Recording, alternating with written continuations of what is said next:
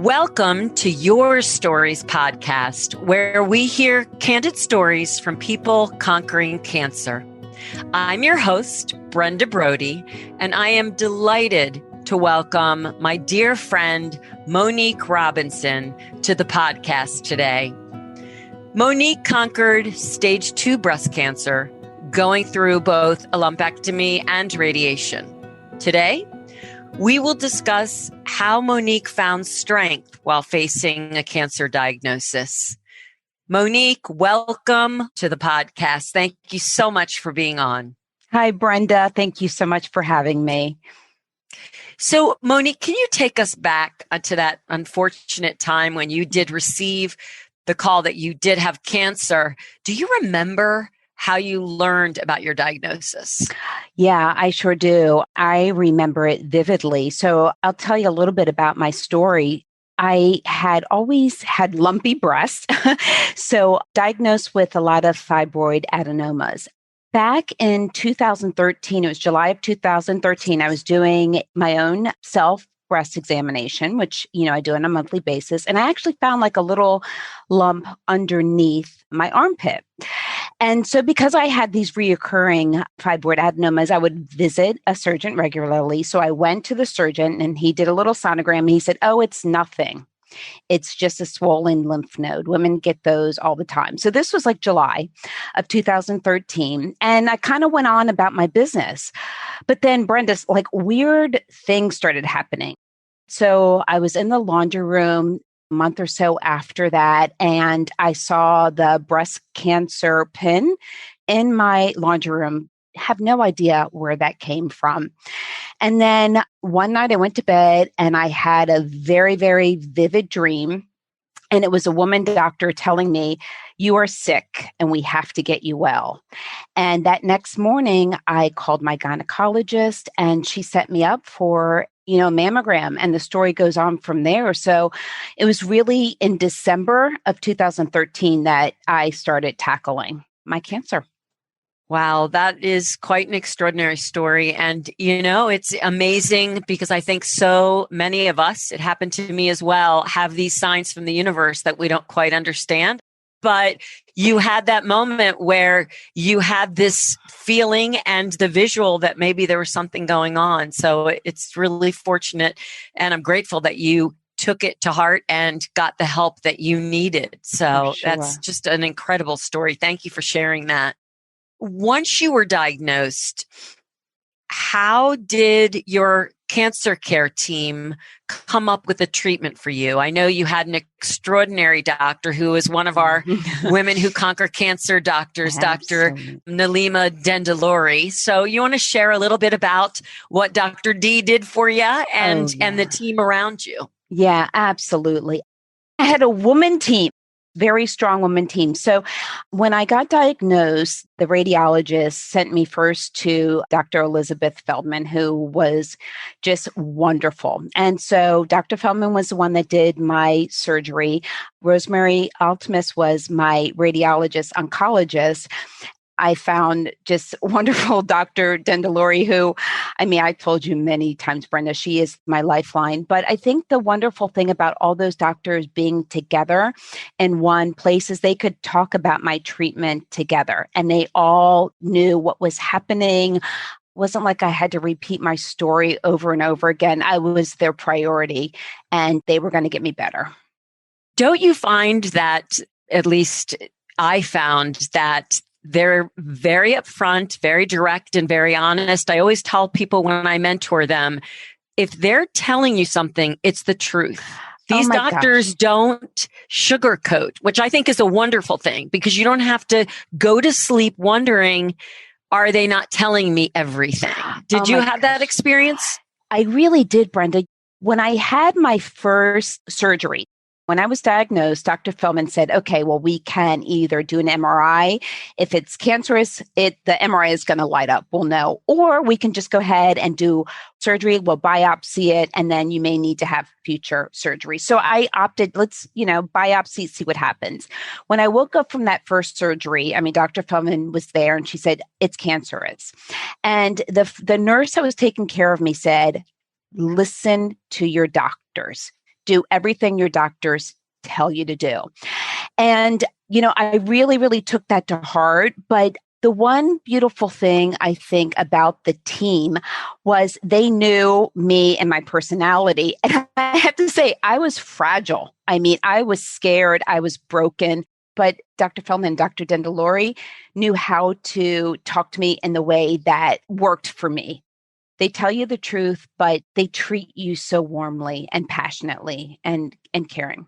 They're very And I do think that is the beauty of the oncologists that we have all come in contact with. They really do treat the whole person, body, mind, and spirit, right?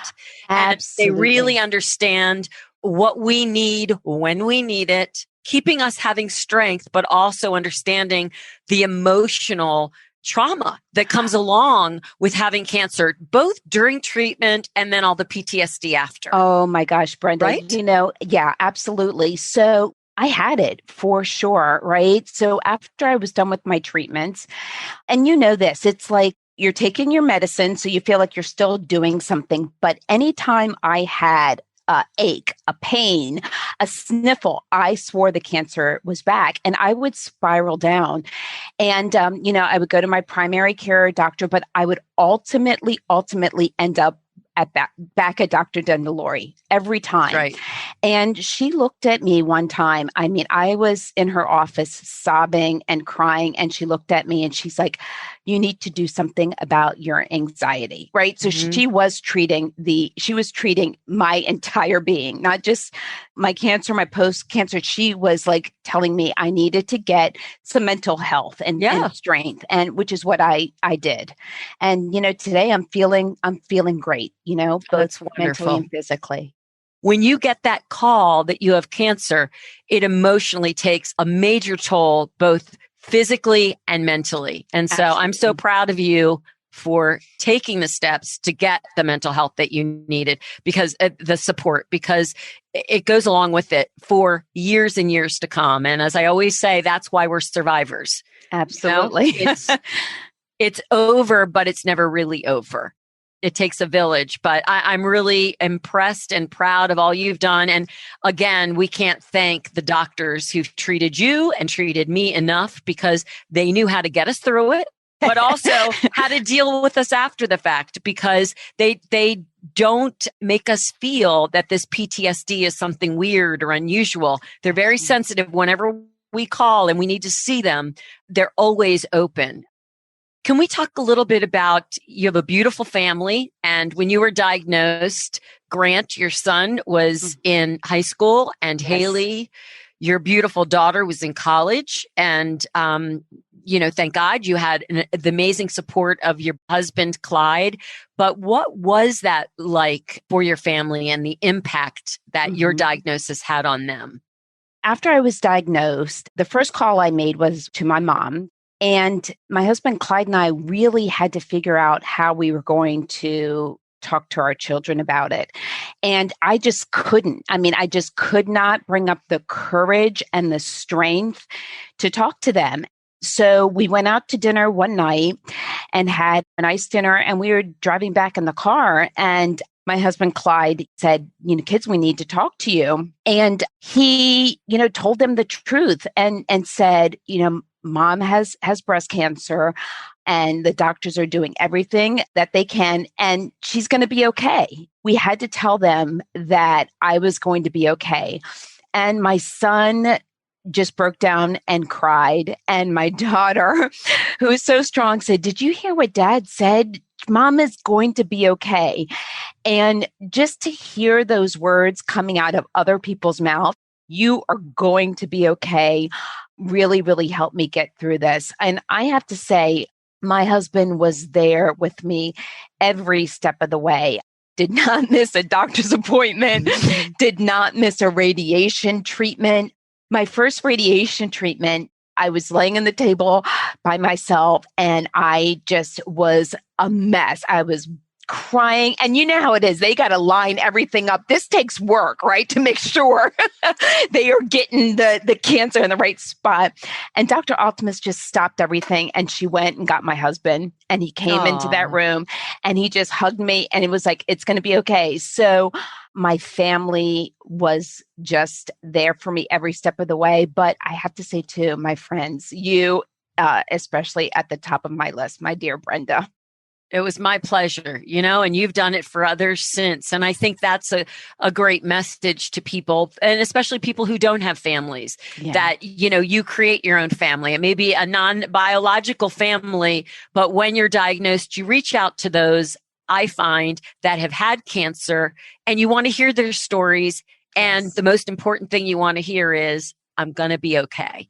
Yes. And that goes a long way, and that's strength. And I know you've been giving that back to others now as others have given it to you during your process. Well, I'm just so glad that you're healthy and you're strong and your statistics are great, and everyone listening can hear that it is not an easy process, no matter what stage you are at in your fight, but that there is light at the end of the tunnel for so very many with the diagnosis that you had. And that's the beautiful story. Are there any words of wisdom or suggestions to people of things that you've done since cancer that have helped you focus on other things so you're not worried about the fear of, could it come back? Yeah. What a great question. I would say some of the words of wisdom that I have is to have hope. That is the first thing I would say. Take everything you need to have hope and have faith. Listen to your doctors, just like that nurse told me. And I would say also, Brenda, a couple other things. One, try to educate yourself. For me, understanding to do monthly exams, to check underneath your arms where my cancer was, to advocate for yourself, right? That first doctor told me it was nothing. And although I had these signs, I did not let it go, right? I just kept wanting to find answers. And then, when you're ready, like you said, give back. I choose to help raise money and awareness for those that are in need and don't have access to screening and health education and mammograms and education. So that's how I give back. And then finally, be thankful. Be thankful for life and having a second chance at life. Oh, Monique, that's beautiful. That's really great. And I'm sure you have inspired so many who are listening. So thank you. Thank you. I'm so glad you're healthy and happy, and you now are on the other side of it. And it's a beautiful thing. So stay well. And thank you for being on the podcast with us today.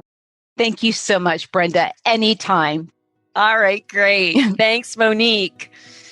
Well, I hope you all were inspired by Monique. Hearing the experiences of others can help people cope with the challenges cancer brings. Help others find their inspiring stories by leaving a review of the podcast and subscribe today on iTunes or Spotify to hear every new episode. Thanks for listening to Your Stories Conquering Cancer. The participants of this podcast report no conflicts of interest relevant to this podcast. Full disclosures can be found on the episode page on conquer.org. The purpose of this podcast is to educate and to inform. This is not a substitute for professional medical care and is not intended for use in the diagnosis or treatment of individual conditions. Guests on this podcast express their own opinions, experience, and conclusions. The mention of any product, service, organization, activity, or therapy should not be construed as an ASCO endorsement.